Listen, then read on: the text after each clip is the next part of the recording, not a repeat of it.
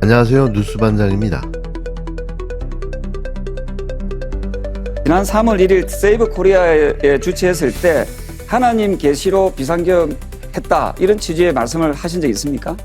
계엄에도 하나님의 뜻이 있다라고 정확하게 말씀드렸습니다. 예, 거기에 대해서 이게 무슨 뜻인지 한번 설명해 주시죠. 저는 50년 넘게 교회를 다닌 크리스천입니다. 그리고 그 세이브 코리아라는 집회는 당연히 크리스천들이 모이는 집회였습니다. 저는 그 집회에서 성경적인 의미로 말씀을 드렸습니다. 하나님의 역사는 우리가 어려울 때나 힘들 때나 또 우리가 좋은 상황에서나 나쁜 상황에서나 늘 쉬지 않고 하나님은 우리 역사 가운데 개입하고 계시고 그 어떤 것도 결국은 하나님의 계획 안에 있다는 것이지, 그렇기 때문에 하나님의 계획이 있기 때문에 뭐가 잘못됐고 맞고 틀리고 정당화된다는 그런 뜻은 아니었습니다. 그럼 그 보령 시민들께서 시국회의에서부터 해가지고 후보 사퇴, 국회의원에 대한 책임지고 물러나라, 이런 항의 집회가 있었던 것도 알고 계시겠네요. 민주당 당협위원장이 몇몇 분들을 모아서 그런 집회를 한 것은 제가 알고 있습니다. 자, 그러면은 그 우리 장 후보님 같은 경우에 12월 3일로 돌아갔을 때 비상계엄의 상황이 벌어졌으면 하나님의 계시라 보고 지난번에는 해제 찬성표를 눌리지 않습니까? 해제에 찬성을 했습니다. 그럼 지금 만약에 그런 상황이 다시 돌아온다, 제가 질문을 드리겠습니다. 그런 상황이 돌아온다면은 찬성하시겠습니까? 반대하시겠습니까? 다시 저는 그 표결에 참여해서 해제 표결을 할 것입니다. 그러면은 그 해제 표결을 찬성했으면은 탄핵에도 당연히 찬성해야 되는 거 아닙니까?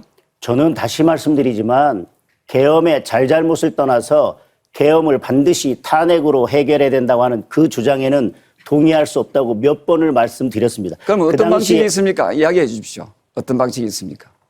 임기 단축 개헌을 포함해서 그것을 정치적으로 풀어내는 방법도 분명히 있었고, 그 당시에 윤석열 전 대통령께서 임기 단축 개헌을 포함해서 이 문제를 정치적으로 풀 수 있도록 당의 모든 권한을 위임했었습니다. 알겠습니다. 그러면 그런 논리로 치면은 지금 전한길 씨 같은 경우에는 계엄령을 계몽령이라면서 윤어겐을 주장하지 않습니까? 그러면 그 주장은 계엄이 정당하다는 이야기인데, 지금 우리 장 후보님하고의 지금 생각은 굉장히 모순된 부분인데 거기에 대해서 어떤 입장입니까? 제가 이따 말씀드리겠습니다. 시간이 짧으니까요. 계몽령을 계엄이 잘 됐다는 주장으로 이해하시는 것 자체가 잘못된 것입니다. 싸우지 않는 자는 배지를 떼라, 이렇게 말씀하시는데 네네. 장동훈 후보는 지금 제대로 싸우고 계십니까? 저는 제 나름대로의 방식대로 싸우고 있다고 생각합니다. 아까 당사에서 농성하신 것을 말씀하셨는데, 말씀드린 것처럼 주말에는 특검이 압수수색 재집행하는 것이 사실상 불가능합니다. 따라서 저는 국민들을 설득하기 위해서 법원 앞에서도 1인시하고 법원의 영장 남발에 대해서 규탄했습니다. 그리고 어제는 특검 앞에 가서 또 특검에 대해서 강력히 이런 무리한 수사에 대해서 규탄을 했습니다. 제가 잘 하셨는데 저 말씀은 당원 명부는 당사에 있잖아요. 그럼 주말이니까 안 오겠지. 주말이라는 거 안 온다는 이 특검이 그런 특검이겠습니까? 그래서 오늘까지 안 왔지 않습니까? 그리고 주말에는 경험 없이 그냥 막연한 그런 방심하는 것이 우리에게 문제다고 봅니다. 주말 내내 이어진 국힘당 전당대회는 도무지 정당의 행사라고 부를 수 없는 수준이었는데요. 국민 앞에서 미래 비전은커녕 누가 더 찐윤이냐, 누가 더 그구냐를 두고 벌이는 경연대회였습니다. 이는 그야말로 봉숭아 학당 그 자체였는데요. 살다 이런 개진상의 막장 정치 코미디쇼를 보게 될 줄은 꿈에도 몰랐습니다. 국민은 이미 윤석열의 내란 행위에 대해 냉정한 심판을 내린 상태인데요. 그런데도 이들은 여전히 탄핵 찬성과 탄핵 반대로 갈려서 서로를 향해 칼날을 겨누는 진흙탕 싸움만 이어갔습니다. 조경태는 윤석열의 강을 건너야 한다고 했지만 장동혁은 밖에 50명의 적보다 안에 1명의 적이 더 위험하다며 당내 탄핵파를 적으로 몰았는데요. 내부 동지를 적이라고 부르며 숙청을 운운하는 모습이 과연 정상적인 정당의 언어인지 괴기스럽기까지 했습니다. 이는 마치 극우 집단의 투쟁 같다는 생각이 들 수밖에 없었는데요. 이런 당에 과연 무슨 미래가 있을까요? 더 황당한 건 종교를 끌어들인 장동혁의 발언이었는데요. 그는 계엄에도 하나님의 계획이 있다고 했다가 여론이 들끓자 성경적 의미라고 변명했습니다. 50년을 교회를 다녔다는 인물이 민주주의와 헌법을 파괴한 불법 계엄을 하나님 계획으로 둔갑시키다니 이건 신앙이 아니라 신성모독인데요. 하나님을 계엄의 방패막이로 끌어다 쓰는 행태는 종교를 정치의 놀이개로 악용하는 뻔뻔함의 극치였습니다. 김문수의 발상은 더 위험했는데요. 그는 반 이재명 세력을 모두 모아야 한다며 극우 세력과 손잡을 가능성을 열어뒀습니다. 급기야 윤석열 변호사 김계리의 입당까지 검토하겠다고 했는데요. 내란 주동자를 변호한 사람을 영입하겠다니 국힘당이 정당이 아니라 내란 동조 집단임을 스스로 자백한 꼴인 겁니다. 김문수는 또 계엄으로 한 사람도 죽지 않았다며 윤석열의 말을 그대로 따라했는데요. 하지만 국회 입법조사처 분석은 정반대였습니다. GDP 6조 3천억 원이 증발했고 자영업자 90%가 매출 격감을 겪었으며 극한 상황에서 생존을 포기한 이들까지 속출했는데요. 이런 참극을 두고 아무 일도 없었다고 말하는 건 현실을 부정하는 광기의 정치이자 국민을 우롱하는 망언입니다. 이번 전당대회 TV 토론을 요약하자면 이들이 벌인 토론은 토론이 아니라 궤변의 경연장이었는데요. 한쪽은 윤석열과 결별해야 한다고 했고 다른 쪽은 윤석열을 더 지켜야 한다고 맞섰습니다. 정당의 비전이나 정책은 실종됐고 남은 건 내란 주동자에 대한 변명과 충성 경쟁뿐이었는데요. 국힘당 전당대회는 희극을 가장한 비극이었습니다. 전파 낭비, 소음 공해, 국민 기만, 이 집단이 국민 앞에서 보여준 건 오직 절망뿐이었는데요. 권력 유지에 매달린 발악 속에서 책임과 반성은 찾아볼 수 없었고 뻔뻔함과 모렴치만 가득했습니다. 이걸 지켜보는 국민들은 아직도 내란은 끝나지 않았다고 탄식했는데요. 이 집단이 존재하는 한 국민을 향한 기만은 계속됩니다. 하지만 역사의 심판만큼은 피할 수 없을 텐데요. 이번 전당대회는 그 심판의 날이 머지않았음을 국힘당 스스로 증명한 무대였습니다. 김문수 후보께 질문하겠습니다. 네. 제가 보니까 전한길 씨 면접에 참여하셨습니다. 근데 결국은 전한길 씨가 장동혁 후보를 지지한다고 그렇게 또 이야기를 했습니다. 알고 계시죠? 예, 알고 있습니다. 예, 어떻게 생각하십니까? 그건 전한길 씨 자신의 그 정치적인 자유 선택 아니겠습니까? 예, 결국 면접에서 떨어지신 거네요. 아니, 면접한 적은 없고 인터뷰한 적이 있습니다. 그게 면접 아니겠습니까? 5분 앞에서. 자, 그리고 그 다음에 아까도 나왔습니다만 윤석열 전 대통령이 계엄으로 누가 죽거나 다친 사람은 없고 6시간 만에 계엄이 해제되고 결국 아무 일도 벌어지지 않았다. 이렇게 말을 했는데 거기에는 동의하십니까? 그 부분은 더불어민주당이 북한에 3조 이상의 돈을 갖다 줘서 핵무기를 만들었는데 비해서 국민의힘이 가장 잘못한 것이 계엄인데 계엄으로 해서는 한 사람도 살상된다든지 이런 건 없었는데 핵무기는 최하 20만 명, 30만 명 이상 한꺼번에 살상되지 않습니까? 그런 비교해서 말씀드린 거죠. 그런데 그러면 말씀한 게 아니에요. 범죄 미수는 범죄가 아닙니까? 그러나 지금 더불어민주당이 우리 당을 해체하자고 하지 않습니까? 해산하자고 하는데 더불어민주당부터 먼저 북한에 돈을 갖다 줘가지고 현금 갖다 줘서 핵무기를 저렇게 많이 만들어 놨으면 더불어민주당이 해산하고 그 다음에 우리도 또 잘못한 게 있으면 검토해 봐야 된다고. 그런데 비상계엄으로 다친 사람이 없다고 이야기는 했습니다만 제가 살펴보니까 입법조사처에서 분석을 했습니다. 비상계엄으로 GDP가 6조 3천억 원이 이제 사라졌다. 그리고 또 중기중앙회 조사로 자영업자 90%가 매출 격감을 겪었다. 그래서 자살한 분들이 꽤 많았다. 이런 보고가 있습니다. 그런데 아무 일도 없었습니까? 그렇지 않습니다. 그럼 방금 그 말씀하신 거는 다 사실일 거고요. 당원 선택 강조하시지 않습니까? 근데 지난 대전 합동연설회 때 저는 너무 좀 충격받았습니다. 뭐냐면 당원에게 삿다지를 하셨어요. 그리고 그 동영상이 남아있고 또 다른 동영상들을 보면 그걸 흉내내는 동영상들이 그렇게 많습니다. 찾아보시면 이제 금방 아실 텐데요. 저는 왜 이렇게 당원에 대해서 그렇게 삿대질을 하셨습니까? 그것을 삿대질로 표현하면 그렇게 보일 수도 있겠지만 저는 연설 중에 제가 말씀드린 걸 강조하려고 했던 것이고요. 저는 제가 그때 대전 연설에서 말씀드린 것은 많은 당원들의 생각을, 마음을 저는 대변한 것이라고 그렇게 생각합니다. 많은 당원이라고 그렇게 자신 있게 말씀하실 부분은 아니죠. 주로 이제 저는 그렇게 조경태 생각합니다. 후보 저 지지자들을 향해서 그렇게 손을 아래로 내리꽂으면서 그것은 그렇게 하셨습니다. 연설의 딱 한 부분이고요. 나머지는 분명히 저는 다른 주제에 대해서 말씀을 드렸었습니다. 어쨌든 지금 인터넷에서 굉장히 여론이 안 좋다는 거 그거 참고로 말씀드리겠습니다.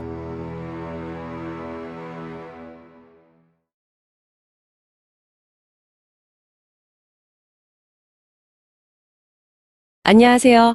오늘 저희 손에는 그 국힘당 전당대회 관련해서 나온 여러 목소리들, 그 오디오 자료가 좀 있습니다. 아, 네. 최근에 말들이 많았죠? 네, 맞아요.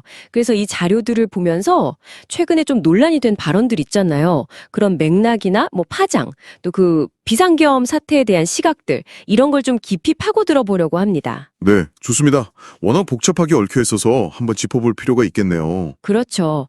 여러분께서도 이 상황의 핵심을 좀 이해하실 수 있도록 저희가 한번 자세히 들여다보겠습니다. 자, 그럼 먼저 장동혁 후보 발언부터 시작해 볼까요?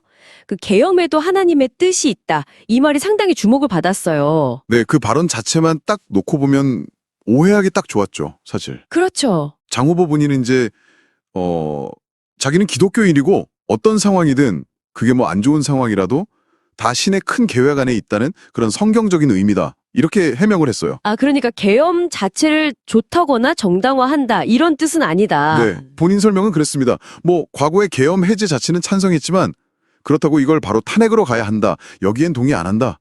뭐 임기 단축 개헌 같은 다른 정치적 해법도 있지 않았냐. 뭐 이런 입장이었죠. 단순히 해명을 넘어서 당시 상황에 대한 자기 나름의 어떤 정치적 해석, 이걸 드러낸 거네요. 그렇죠. 그런 셈이죠. 근데 또 당내 비판 세력을 향해서 아내 한 명의 적이 더 위험하다. 이런 말도 했어요.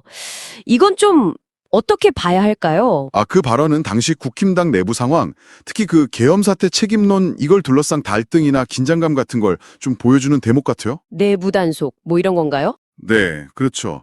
외부 비판보다 오히려 내부의 어떤 이견, 분열, 이걸 더 경계한다.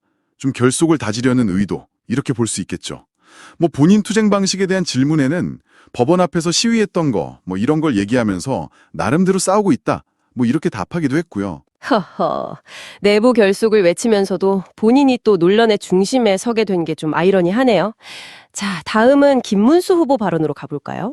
이분은 그 윤석열의 계엄으로 다친 사람 없다는 식의 발언, 여기에 동의하는 입장이었죠. 그렇습니다. 심지어는 이걸 그 민주당의 대북 송금 문제랑 이렇게 비교를 하면서 뭐랄까 계엄 사태의 심각성을 좀 상대적으로 낮추려는 듯한 그런 태도를 보였어요. 사람이 직접 다치거나 죽지 않았으니 괜찮다, 뭐 이런 건가요? 네, 약간 그런 논리였죠. 근데 바로 그 지점에서 저희 자료 속 다른 목소리가 딱 나옵니다. 아, 어떤 내용이죠? 국회 입법조사처 자료를 보니까 계엄 때문에 GDP가 6조 원 이상 증발하고 자영업자 매출한 거의 뭐 90% 격감하고 이런 막대한 경제적 피해가 있었다는 지적이 나온 거죠. 피해가 엄청났네요. 네, 그러니까 이런 지적이 나오니까 김 후보도 그 보고 내용은 뭐 사실일 거다 이러면서 일부 좀 인정하는 모습을 보이기도 했어요. 그럼 앞서 한 말이랑 좀 안 맞는데요? 피해 없다고 했다가 경제적 피해는 인정하고 그렇죠. 좀 모순되는 지점이죠. 그리고 또 뭐 반 이재명 전선을 위해서 구구 세력이랑 손잡을 수 있다. 심지어 윤석열 변호인 영입까지 검토한다. 이런 말도 나왔다고요? 이 부분에 대한 자료의 평가는 상당히 날카롭던데요? 네, 맞습니다. 저희가 본 자료에서는 이 발언들을 두고 아예 국힘당이 스스로 우리는 내란 동조 집단이다. 이렇게 자백하는 거나 마찬가지다. 이런 수준의 아주 강한 비판을 제기합니다. 와, 내란 동조 집단이라는 표현까지. 네. 그리고 전당대회 자체에 대해서도 평가가 아주 박해요. 뭐 미래 비전 같은 건 없고 그냥 누가 더 친윤이냐, 누가 더 극우냐 이것만 경쟁하는 뭐 봉숭아 학당 같다. 정치 코미디 쇼 아니냐 이런 신랄한 평가가 담겨 있습니다. 그럼 장동혁 후보의 그 신의 뜻 발언 있잖아요. 그건 자료에서 어떻게 비판하나요? 종교적 해명으로 그냥 받아들이는 건 아닌 것 같은데요. 전혀 아니죠. 자료는 이 발언을 그 민주주의나 헌법 가치를 훼손한 행위, 이걸 종교적인 말로 포장하려는 시도다. 거의 뭐 신성모독에 가깝다. 이렇게 비판하고요. 신성모독이라 상당히 강하네요. 네. 그리고 김문수 후보의 그 계엄으로 별일 없었다는 발언 역시 현실을 그냥 외면하는 망언이다. 이렇게 규정합니다. 그럼 이 자료가 보는 전당대회는 네, 결국 이 자료의 시각은 그 전당대회가 책임이나 반성은 전혀 없고 그 내란 사태에 대한 변명하고 충성 경쟁만 남은 뭐랄까 궤변의 경연장이었다 이거죠. 국민들에게 희망은커녕 절망감만 줬다는 겁니다. 오늘 살펴본 내용들을 좀 종합해보면, 국힘당 내부의 그 복잡한 역학관계, 또 계엄 사태를 둘러싼 정말 첨예한 시각 차이, 그리고 이걸 바라보는 외부의 아주 싸늘한 비판들, 이런 게 그대로 드러나는 것 같습니다. 맞아요. 장동혁, 김문수 두 사람의 발언과 그에 대한 평가는 결국 국힘당의 현재 그리고 앞으로 어디로 갈 것인가 이 방향성에 대해서 정말 많은 질문을 던지게 하는 거죠. 특히 그 계엄 사태의 본질이 뭐냐, 책임은 누가 져야 하냐, 또 당의 노선과 정체성은 뭐냐, 그리고 당내 민주주의는 제대로 작동하고 있느냐, 이런 아주 근본적인 질문들인 것 같아요. 네, 그렇죠. 자료의 표현을 좀 빌리자면 이런 상황들이 아직도 내란은 끝나지 않았다는 그런 국민적인 우려를 낳고 있다. 이런 분석까지 나오는 상황입니다. 오늘 저희가 이렇게 파헤쳐본 여러 주장과 비판들이 앞으로 한국 정치 지형에 어떤 영향을 미칠지, 또 여러분 각자의 삶과는 이게 또 어떻게 연결될 수 있을지 한 번쯤 곱씹어보는 시간을 가져보시면 어떨까 싶습니다. 네, 한번 생각해 볼 만한 지점인 것 같습니다. 다음 시간에 저희는 더 깊이 있는 분석으로 돌아오겠습니다.